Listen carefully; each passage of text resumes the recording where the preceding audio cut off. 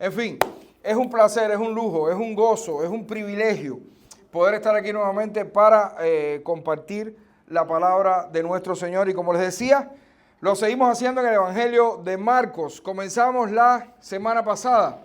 ¿Y qué decíamos? ¿Cuál es la premisa de Marcos? ¿Cómo Marcos empezó rápidamente su Evangelio? ¿Se acuerdan? Principio del Evangelio de Jesucristo, Hijo de Dios. Para Marcos es primordial dejarnos eso muy claro. Jesucristo es el Hijo de Dios. O lo que es lo mismo, Jesucristo es el Mesías prometido. El Mesías que Dios había prometido desde siempre para venir a salvar a su pueblo. Así que de ahí en adelante Marcos nos va a estar abriendo todo un abanico de enseñanzas espectaculares para nosotros, para nuestras vidas, para poder vivir para Él y también para su gloria. Y quiero comenzar con una historia. La primera vez que vine a este país, tuve que pasar por una situación peculiar en el aeropuerto. Yo vine en el 2013, la primera vez. Era mi primera vez volando, mi primera vez saliendo de Cuba para cualquier lugar. Yo no había ido ni a la Isla de la Juventud. Mi primera vez viajando en todo sentido. De pronto llego acá y, aunque no parezca tener mucha trascendencia, cuando llego y me presento ante los funcionarios de migración, me dicen que tengo un nombre común y por tanto tenía que pasar por una segunda inspección. ¿Sabes? Tuve que ir al famoso cuartico ese donde mandan la gente porque no sé. Fue tremendo eso, fue tremendo porque incluso yo pregunté qué es lo que pasaba y me dijeron que es que estaban buscando a una persona muy peligrosa que tenía mi mismo nombre. Y yo, muerto de los nervios, yo creo que ha sido el día en mi vida que más nervioso he estado en todo sentido. Porque yo ni para las pruebas me he puesto nervioso nunca, ni para las pruebas de ingreso, ni nada. Yo le dije, sí, pero no soy yo. Yo imagino al oficial aquel diciendo, obvio, ¿qué me vas a decir? Lo último que me dijera, sí, soy yo, ya, méteme preso. Y saben, y uno viene de Cuba, de verlo a los funcionarios de la aduana, flaco, seco, con los uniformes descoloridos, ¿sabes? Desteñidos. Los pobres, tienen, me imagino que tienen 1 o 2 uniformes para 2 o 3 años. Y entonces llegas aquí y ver a unos tipos llenos de músculo, más grandes que tú, y con unos uniformes salidos de una película. No te queda más remedio que encogerte como si fueras un caracol. Esa gente dice, acompáñeme, y ya uno enseguida, ya uno se sale. Ya, uno dice, ya, terminé. Imagínense a mí que era la primera vez que yo salía, yo nunca, solamente en películas, yo nunca había visto eso en vivo. De pronto me dice, tiene que ir hacia allá, el otro llega, me toma mi pasaporte, acompáñeme, de este tamaño, 6'6", 250 libras de músculo, ya yo me morí completamente. Todavía me inspira mucha autoridad a los funcionarios de migración de los aeropuertos, todavía. De hecho, la última vez que salí a Cuba y regresé, en vez de darle la residencia, en vez de darle el pasaporte, le di la residencia, una cosa esa, formó una historia, porque no sé por qué todavía, para mí que fue por esa primera experiencia, y sabiendo, yo soy residente de este país, no va a pasar nada, pero todavía me pongo como un poco nervioso, ¿no? Así me pasa también con los policías, me pasa con los militares, los de este país sobre todo, por supuesto. Se respira autoridad alrededor de este tipo de soldados. Se respira mucha autoridad alrededor de este tipo de soldados. En el pasaje que nos trae Marcos hoy, veremos que no hay nadie en este mundo, ni fuera de este mundo, que tenga más autoridad que nuestro Señor Jesucristo. Sin uniforme, sin ser agente de inmigración, sin ser soldado del ejército de los Estados Unidos de Norteamérica, nadie tiene más autoridad que Él. Y yo les voy a invitar a leer Marcos, capítulo 1, los versículos del 16 al 34. Marcos capítulo 1, versículos del 16 al 34. Dice así la palabra de nuestro Señor, Marcos 1, del 16 al 34. Andando junto al mar de Galilea, se refiere a Jesús, vio a Simón y a Andrés, su hermano, que echaban las redes en el mar porque eran pescadores. Y les dijo Jesús, venid en pos de mí, y haré que seáis pescadores de hombres. Y dejando luego sus redes, le siguieron. Pasando de ahí un poco más adelante, vio a Jacobo, hijo de Zebedeo, y a Juan, su hermano, también ellos en la barca que remendaban las redes. Y luego los llamó y dejando a su padre Zebedeo en la barca, con los jornaleros le siguieron. Y entraron en Capernaum y los días de reposo, entrando en la sinagoga, enseñaba. Y se admiraban de su doctrina porque les enseñaba como quien tiene autoridad y no como los escribas. Pero había en la sinagoga de ellos un hombre con espíritu inmundo que dio voces diciendo: ¿qué tienes con nosotros, Jesús Nazareno? ¿Has venido para destruirnos? Sé quién eres, el Santo de Dios. Pero Jesús le reprendió diciendo: cállate y sal de él.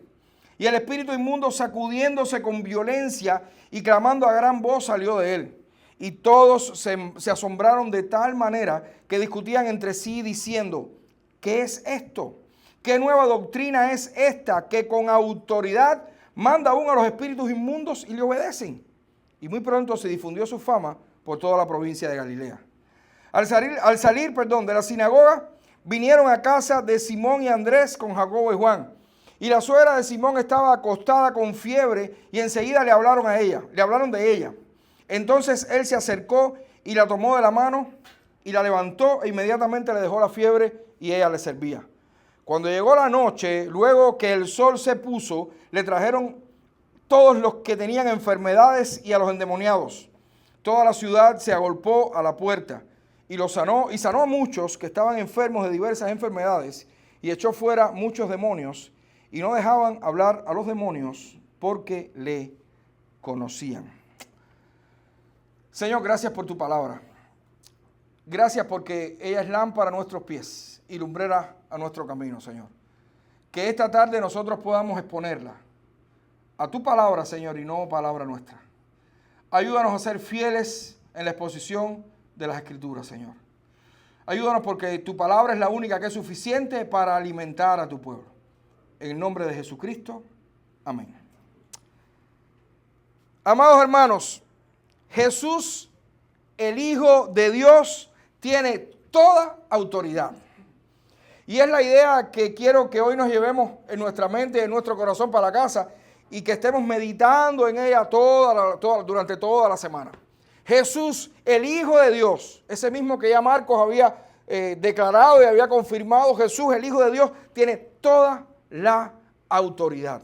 Toda la autoridad. ¿Autoridad para qué? En primer lugar, versículos del 16 al 20, autoridad sobre los hombres. Jesús tiene autoridad sobre los hombres, Jesús tiene autoridad sobre ti, Jesús tiene autoridad sobre mí. ¿Qué estaba pasando en esta historia? Jesús caminaba por las orillas del mar de Galilea. Es bueno recordar que todos los sucesos, la gran mayoría de los sucesos que Marcos narra, ocurren en el mar de Galilea o alrededor del mar de Galilea. En la tierra de Israel habían dos mares, el mar de Galilea y el mar Muerto. Eran dos especies de lagos, los dos conectados por el río Jordán. El mar de Galilea es en realidad un lago de agua dulce. Es como los lagos que nos encontramos acá en la Florida. De hecho, es más pequeño que el lago Okeechobee, que es el lago más grande que tenemos acá en la Florida. Ese ojito que vemos casi en el sur de la Florida, ese es el lago Okeechobee. Es mucho más grande que el mar de Galilea. Es un lago que actualmente tiene aproximadamente 13 millas de ancho por 8 millas, 13 millas de largo por 8 millas de ancho y una circunferencia de 33 millas aproximadamente. Es decir, que si usted quiere caminar por toda la orilla del mar de Galilea, darle la vuelta, son 33 millas. Va a caminar un poco, pero tampoco es tanto. Por eso no es un mar tan grande. De manera que no. Pedro, Juan y sus hermanos no estaban pescando pargos, ni estaban pescando marlin o agujas. Lo más probable es que Pedro y Juan y Zebedeo y el otro estuvieran pescando truchas o tilapia. No sé si habían clarias en aquel momento, no sé. Pescados de agua dulce. Pero bueno, terminando este comercial geográfico y pesquero, entonces volvamos a la historia. Marcos nos narra que Jesús estaba caminando junto al mar de Galilea y vio entonces a Simón, que este Simón es Pedro, y a Andrés su hermano. Estos estaban pescando, literalmente estaban echando las redes en el mar, en el agua, y les dijo: vengan conmigo. Y Jesús les dijo: vengan conmigo y yo haré que ustedes sean pescadores de hombres. No creo que la oferta haya sido muy tentadora, ¿saben? Pareciera ridículo pensar de esta manera, pero los pescados se comen y se comercializan, los hombres no. Ustedes se imaginan, ¿no? Dos hombres trabajando y de pronto que llegue uno y les diga, vengan que yo voy a hacer que ustedes pesquen hombres. Y de pronto, bueno, ¿qué sentido tiene esto? El pescado yo lo puedo vender, me lo puedo comer. Yo no puedo ni vender hombres ni puedo comer hombres tampoco. Sin embargo, estos dos dejaron sus redes y le siguieron. Pero no fueron los únicos. Un poco más adelante, Jesús vio a Jacobo y a Juan que estaban preparándose para salir de pesca, a buscar los fideos, como dice Nilsson. Estos estaban, Nilsson, esperando a salir a buscar los fideos, preparando, dice, las redes. Ellos tenían una pequeña compañía familiar junto con su padre, el viejo Zebedeo. Por eso tenían incluso hasta jornaleros. Jesús los llamó, dejaron a su padre y le siguieron. Aquí Marcos no nos dice que Jesús le dijo lo mismo que a Simón y a Andrés acerca de pescar hombres. Pudiéramos asumirlo o no. Pero lo cierto es que los cuatro dejaron todo lo que hasta ese momento habían hecho, para lo cual se habían estado preparando durante muchísimo tiempo. Dejaron su sustento, dejaron parte de su familia, etcétera, etcétera, para seguir a Jesús. Eso solo lo logra alguien que tiene toda la autoridad para llamar, toda la autoridad para convocar, toda la autoridad para decir y que se haga sin reparos. El futuro, lo que vendrá, también está en sus manos y está controlado también por su autoridad. Amados hermanos, cuando Jesús llama, no hay manera que nos podamos resistir. Nosotros tenemos que estar listos para ese momento. Yo no sé si has sentido que el Señor te ha llamado y quizás tú estés como reteniendo. Va a pasar, va a pasar. Tenemos que estar preparados para los momentos en los que el Señor nos llame a su obra, nos llame a servirle, nos llame a seguirle, nos llame a vivir para Él y solo para Él. ¿Estamos listos nosotros? ¿Estamos listos nosotros para el momento en el que el Señor nos llame? ¿Estás preparado? ¿Estamos listos para dejar todo lo que hemos luchado durante años y el Señor nos llama a seguir un camino diferente? ¿Estamos listos para eso? Señores, que yo he estado 10 años estudiando arquitectura. Ya tengo una compañía tremenda. Y ahora tú me estás llamando a dejarlo todo para ir a no sé dónde a predicar el evangelio. ¿Cómo es posible? ¿Estamos listos para cuando llegue ese momento? Señor, tanto que he estudiado, tanto que me he esforzado en mi compañía familiar, tanto que hemos hecho. Y ahora tú me estás llamando a seguir un camino diferente. ¿Estamos listos para cuando ese momento llegue, si no ha llegado ya? Puedes resistirte todo lo que quieras, que va a pasar. Porque Jesús tiene la autoridad para que suceda. Te va a llamar y tú vas a tener que ir definitivamente. ¿Estamos listos para eso? ¿Estamos listos para dejarlo de inmediato? ¿Estamos listos para que sea como Jacobo y Juan? ¿Estamos listos para que sea como ellos? ¿Estamos listos para que sea como Pedro y como Andrés? ¿Estamos listos? ¿Estamos listos para seguir al Señor, aunque eso implique cambiar de vida sin tener claro de dónde vendrá nuestro sustento? Parece una locura, pero esta gente de pronto dejaron de pescar. Esa era su ganancia. Su dinero estaba ahí, sus fideos estaban ahí, sus frijoles estaban ahí. Y sin embargo lo dejaron y fueron tras Jesús. Con la única promesa de que iban a pescar hombres. El Señor no les prometió más nada. El Señor no les garantizó más nada. Solamente estar con Él. Que eso, créanme, es más que suficiente. Estamos listos para dejar incluso la comodidad que nos da una empresa familiar si el Señor nos llama a servirle en otro lugar.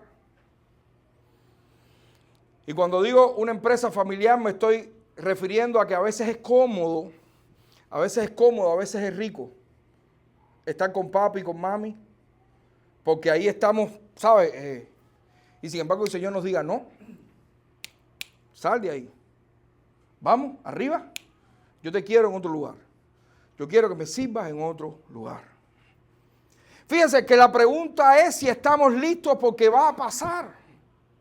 El Señor tiene toda la autoridad para que suceda. Dios nunca nos va a pedir permiso para llevar a cabo su obra, porque su obra no es la nuestra. Él simplemente nos va a llamar y nosotros vamos a responder. Por eso es mejor estar lo más listo posible para que no nos tome por sorpresa, o al menos no tanto. Jesús estaba aquí comenzando su ministerio. Qué privilegio para estos 4 hombres ser de los primeros que caminaron junto con el Señor y le pudieron servir. Hoy el Señor sigue llamando a servirle y continúa siendo un privilegio caminar junto a Jesús. Fue un privilegio para ellos porque fueron los primeros, pero es un privilegio para nosotros que somos los del medio, como será un privilegio para los últimos hasta que el Señor regrese.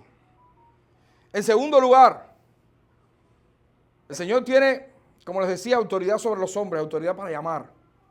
En segundo lugar, el Señor también, Jesús también tiene autoridad para enseñar. Autoridad para enseñar. 21 y 22. Ahora Jesús y sus primeros discípulos entran en Capernaum, una ciudad que estaba a orillas del mar de Galilea, al norte aproximadamente. Y los días de reposo que hacían, entraban en la sinagoga y Jesús enseñaba ahí. Las sinagogas eran centros, importantes centros que estaban en las aldeas o en las ciudades para el estudio de las Escrituras y la adoración. Y allí Jesús empezó a enseñar. Marcos no nos especifica los detalles de las enseñanzas de Jesús. Los lectores originales de este evangelio no tuvieron idea de qué cosas Jesús habló en la sinagoga, que fue objeto de admiración por parte de los que le estaban escuchando. Los primeros lectores de Marcos no tienen idea, porque Marcos lo único que dice es Jesús enseñó y realmente fue admirado por los demás.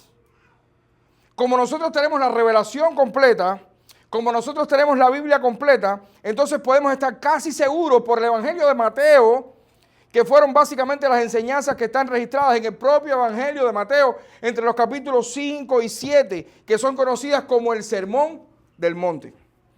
Mateo escribió lo siguiente al terminar su capítulo 7.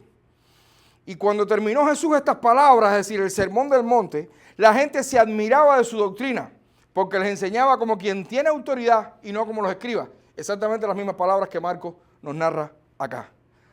De manera que Jesús enseñó sobre lo bienaventurado que se es por padecer y ser perseguido por causa de Cristo. Esto es lo que Jesús estaba enseñando en la sinagoga. Jesús enseñó en la sinagoga que los creyentes son la sal de la tierra y son la luz del mundo. Jesús enseñó acerca de la ley, enseñó acerca de la ira, del adulterio, del divorcio, de la importancia de cumplir con la palabra empeñada. Jesús enseñó a amar a los enemigos, a ser generosos, pero también enseñó a orar, a ayunar, a saber dónde poner nuestro tesoro, a saber dónde poner nuestra vista, nuestra mirada, a servir a Dios y no a hacerse siervos del dinero, a descansar en Dios y no estar afanados, a no juzgar, a tratar a los demás como nos gustaría que nos tratasen a nosotros mismos. Y finalmente, Jesús enseñó en la sinagoga que la puerta para la salvación es estrecha y solo se obtiene a través del arrepentimiento y la fe. Arrepentimiento y fe que dan frutos de obediencia a la enseñanza que Él mismo vino a traer. Pero Marcos no quiso darnos todos estos detalles. Marcos no quiso darnos todos estos detalles. ¿Por qué? Porque el propósito de Marcos en este pasaje de su evangelio es que nosotros entendiéramos que la enseñanza de Jesús es la autoridad máxima. Y ese es el propósito de Marcos, que nosotros entendiéramos que la enseñanza de Jesús, cualquiera que fuera, es la máxima autoridad. Incluso por encima de los escribas, que en ese tiempo eran los ancianos que se dedicaban a enseñar. Eran aquellos que estaban entre los principales sacerdotes. El Nuevo Testamento los califica como aquellos que se sientan en la cátedra de Moisés. Y sin embargo, Marcos nos quiere demostrar que la enseñanza de Jesús estaba por encima de toda esta gente. Hermano, la enseñanza de Jesús es la autoridad máxima. Las palabras de Jesús están por encima de todo. Está por encima de la ética, por encima de la filosofía, por encima de la religión, por encima de la política, por encima de la economía, por encima de la ciencia. La enseñanza de Jesús está por encima de todo. Las enseñanzas de Jesús son las enseñanzas de la palabra de Dios. Si tienes una Biblia en tus manos, que por cierto, si alguien aquí no tiene Biblia, tenemos, entre comillas. No se vaya hoy si no tiene una Biblia sin llevarse una. Pero si tienes una Biblia en tus manos, entonces tienes las enseñanzas de Jesús en tus manos. Si atesoras en tu mente y corazón las enseñanzas de las Escrituras, entonces estás atesorando las enseñanzas de Jesús. Porque toda la Biblia, como estamos cansados de decir, y no nos cansaremos nunca, toda la Biblia es literatura cristiana. Porque toda la Biblia habla de Jesús. El centro de la Biblia no es el Salmo 117:7. Creo que es ese, no me recuerdo. El centro de la Biblia es Jesús. El corazón de la Biblia es Cristo. El Antiguo Testamento habló de Él. Y el Nuevo Testamento lo confirmó. Lo mostró. Vino a mostrarnos su obra. La cruz de Cristo está en el centro, en el corazón de las Escrituras. Y esto, hermano, tiene muchísima repercusión. Porque si no vemos toda la Biblia como literatura cristiana, entonces vamos a moralizar las Escrituras. Vamos a hacer de las Escrituras una ley. Y las Escrituras ni nos hablan aunque nos hablan de moral, no es moralidad. Y aunque nos hablan de la ley, no es legalista la Biblia. La Biblia es cristiana. Y eso significa que nosotros tenemos las enseñanzas puras de la gracia de Dios. Porque tú y yo jamás hubiéramos podido habernos salvado si no hubiera sido por la gracia de Cristo. Amén. En tercer lugar, Marcos nos enseña también que Jesús tiene autoridad sobre los espíritus inmundos. ¡Wow! Candela, 23 al 28. Jesús estaba en esa misma sinagoga enseñando, en la sinagoga de Capernaum, cuando de pronto alguien que Marcos nos dice que tenía un espíritu inmundo, un demonio, alguien poseído por un demonio le dice, ¿qué tienes con nosotros, Jesús Nazareno? ¿Has venido para destruirnos? Sé quién eres, el Santo de Dios. Aquí Marcos quiere mostrarnos un par de cosas interesantísimas. Primero, el detalle de este hombre dentro de la sinagoga. Como dijimos, la sinagoga era el lugar en el que se enseñaba la ley, era el lugar en que los maestros de la ley disertaban exponiendo su sabiduría. Sin embargo, este hombre poseído por un demonio se sentaba tranquilamente a escuchar y solo ese día fue que reaccionó a la enseñanza de las Escrituras. Es muy interesante esto. Un hombre poseído por un demonio se sentaba sábado tras sábado a escuchar a los escribas y no pasaba nada. Solo hasta que llegó Jesús y las enseñanzas de Cristo para que entonces se manifestara este demonio. ¿No les llama la atención? Es interesante, es muy interesante. Lo otro que es interesante es la manera en la que se dirige a Jesús. Primero le dice, Jesús Nazareno. Es una expresión que pudiera parecer insignificante, pero no lo es en absoluto. De hecho, la expresión Jesús Nazareno solo se encuentra 12 veces en todo el Nuevo Testamento. Y siempre en contexto donde se denota el conocimiento claro de quién era la persona a la que se estaban refiriendo.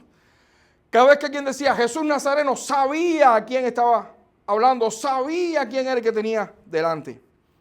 Pero el puntillazo lo da Mateo en el capítulo 2, versículo 23, que dice, refiriéndose a Jesús, y vino y habitó en la ciudad que se llama Nazaret, para que se cumpliese lo que fue dicho por los profetas, que había de ser llamado Nazareno. Ciertamente no hay una cita directa en el Antiguo Testamento que diga esto. Mateo pudo haber estado refiriéndose a un tema como tal, el tema este del Nazareno, no sé.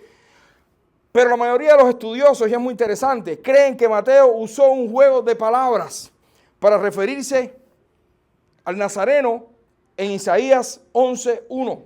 Isaías 11:1 dice: saldrá una vara del tronco de Isaí y un vástago retoñará de sus raíces. Así empieza Isaías para hablar de la justicia del reinado del Mesías que vendría, es decir, de Jesús, el Hijo de Dios. El juego de palabras es entre vástago o retoño y nazareno. De hecho, en hebreo suenan exactamente igual. El vástago suena igual que nazareno en hebreo.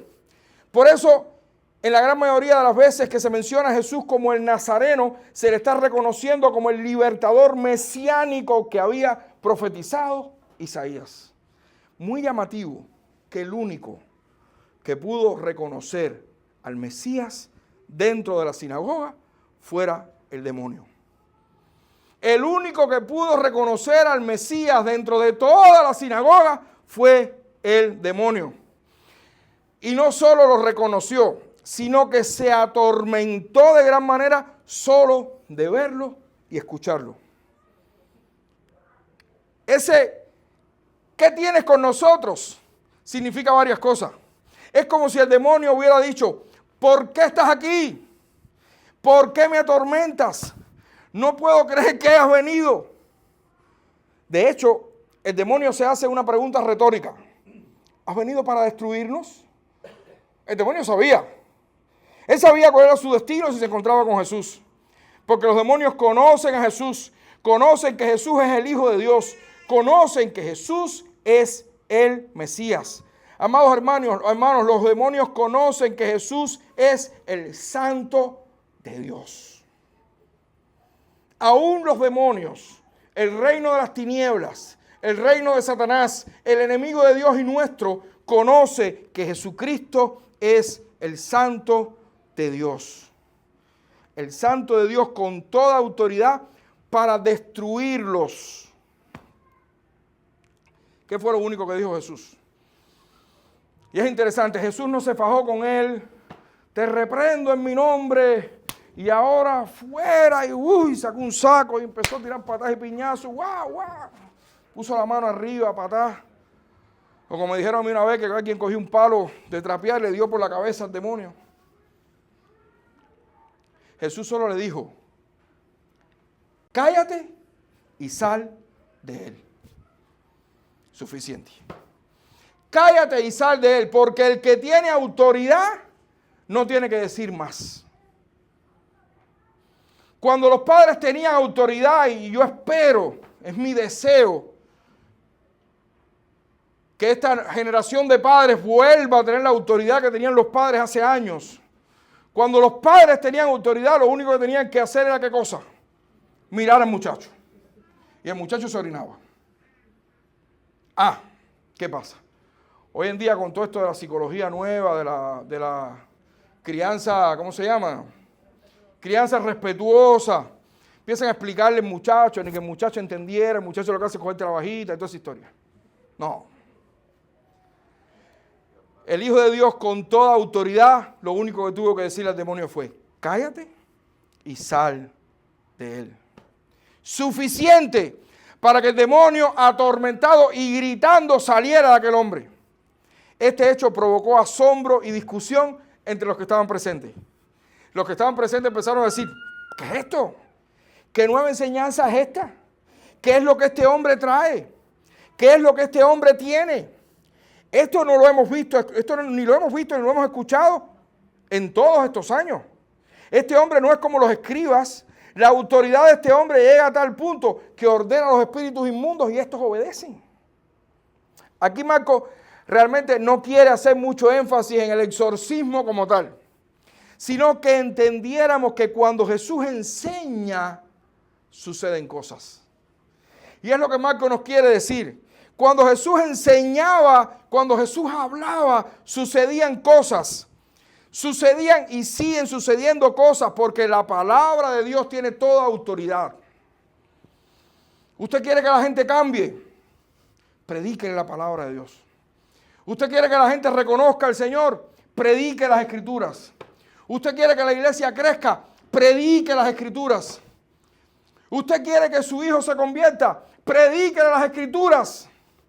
No busquemos metodología para que vengan jóvenes y para que no sé qué, y vamos ahora a hacer 200 actividades, que no es que sean malas, pero estamos inventando constantemente, las iglesias hoy en día, inventando actividades y cosas para que crezcan, para atraer jóvenes, para atraer niños, para atraer y para atraer. La iglesia crece únicamente con la enseñanza de la palabra de Dios, porque este libro y su contenido es más que suficiente para convertir al pecador, para liberar al oprimido de las cadenas de la esclavitud del pecado, para liberar a los endemoniados. El endemoniado no se va a ir porque usted le diga en el nombre de Jesús se reprendo. El endemoniado se va cuando escucha la palabra de Jesús porque no la soporta. No soporta el demonio la palabra de Dios. Sí, hermano. Cuando Jesús enseña, suceden cosas. Hoy también suceden cosas. La carta a los Hebreos dice en su primer capítulo, pasaje que Kenny leyó, que Dios habló de muchas maneras, en otros tiempos por los profetas. Pero en aquel tiempo habló claramente por el Hijo, quien sustenta todas las cosas por la palabra de su poder y quien crucificó nuestros pecados por medio de sí mismo. Hoy esa misma palabra llena de poder es entregada a este mundo. Hoy esa palabra con total autoridad es expuesta y sustentada por medio del Espíritu Santo. Hoy esa palabra sigue llamando gente al arrepentimiento. Hoy esa palabra sigue diciendo, arrepiéntete de tus pecados y cree en la muerte y resurrección del Hijo de Dios. Hoy esa palabra sigue llamando con toda autoridad. Y hoy Jesús, el Hijo de Dios, con total autoridad, sigue llamando al arrepentimiento y a la fe.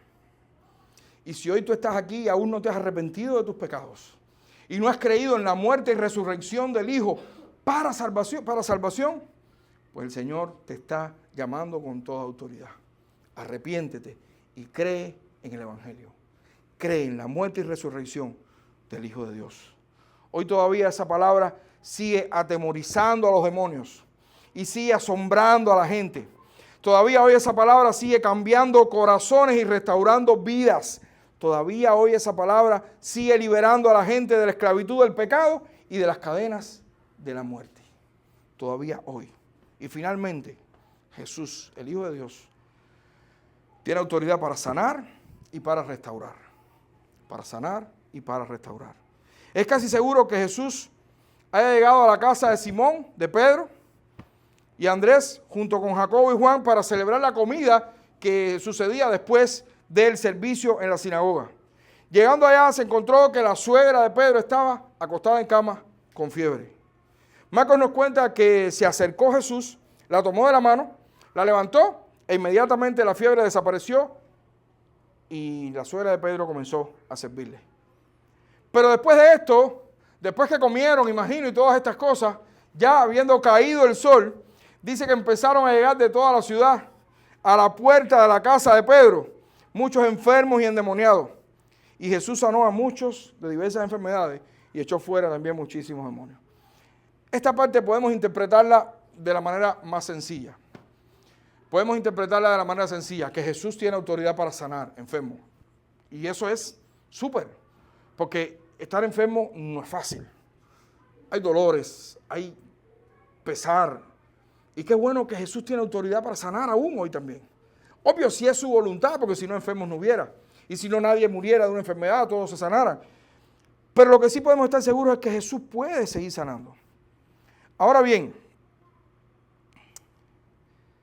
Marcos es muy gráfico y es algo que le quiero decir. Marcos es muy gráfico y veremos a través de todo el Evangelio cómo usa a veces recursos comparativos para hacernos entender algún que otro asunto.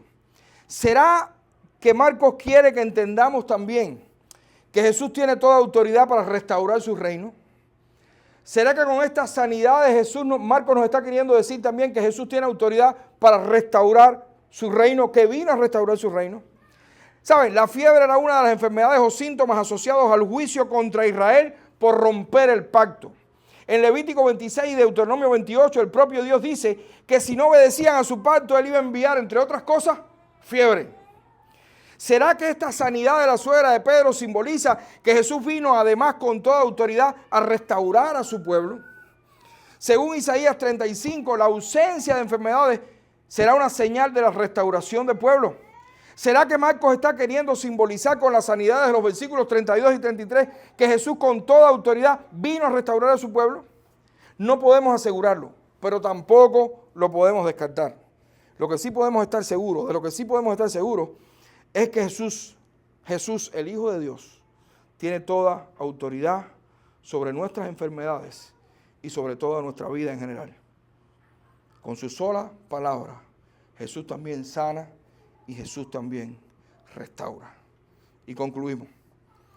Cuando Jesús habla, suceden cosas. Porque Jesús, el Hijo de Dios, tiene toda autoridad sobre todo. Jesús, cuando llama, tiene toda la autoridad para que la gente responda al llamado. Jesús, nuestro Señor, el Hijo de Dios, el Mesías, tiene toda la autoridad para enseñar como nadie, porque lo que habla es la única y suficiente palabra de Dios. Jesús, cuando enseña con toda la autoridad de la palabra de Dios, hace que los demonios se atormenten y huyan, y hace que la gente se sorprenda con su poder. Y finalmente, Jesús también tiene toda la autoridad para sanarnos de nuestras enfermedades y restaurar nuestras vidas en Él. Amados, Jesús, el Hijo de Dios, el Santo de Dios, tiene toda autoridad. Vamos a orar. Gracias, Señor, te damos. Gracias por tu palabra. Gracias porque ella es lámpara a nuestros pies y es lumbrera a nuestro camino. Gracias, Señor, porque ella es como un espejo que revela quiénes somos nosotros realmente. Y gracias, Señor, porque tú nos muestras que Jesús, nuestro Señor, es el único que tiene toda la autoridad. Por eso, si estamos en Él, estamos seguros. Te agradecemos, Señor, por habernos salvado. Te agradecemos porque somos parte de tu pueblo. Te agradecemos porque en ti, Señor, estamos plenos, llenos, restaurados, sanos y seguros, aún si estuviéramos enfermos del cuerpo. Porque tú un día nos llevarás a la gloria eterna. Un lugar donde no va a haber llanto, ni dolor, ni tristeza, ni ansiedad, ni estrés, ni locura, ni nada. No necesitaremos de economía ni de nada. Tú nos sostendrás. Porque toda la autoridad te pertenece. Y nosotros en ti estamos más que seguros. Ayúdanos a entender estas cosas, Señor. Ayúdanos a entender que estamos sobre la roca firme. ¿Dónde más? ¿A dónde más vamos a ir? Gracias te damos, Señor. En el nombre de Jesucristo. Amén.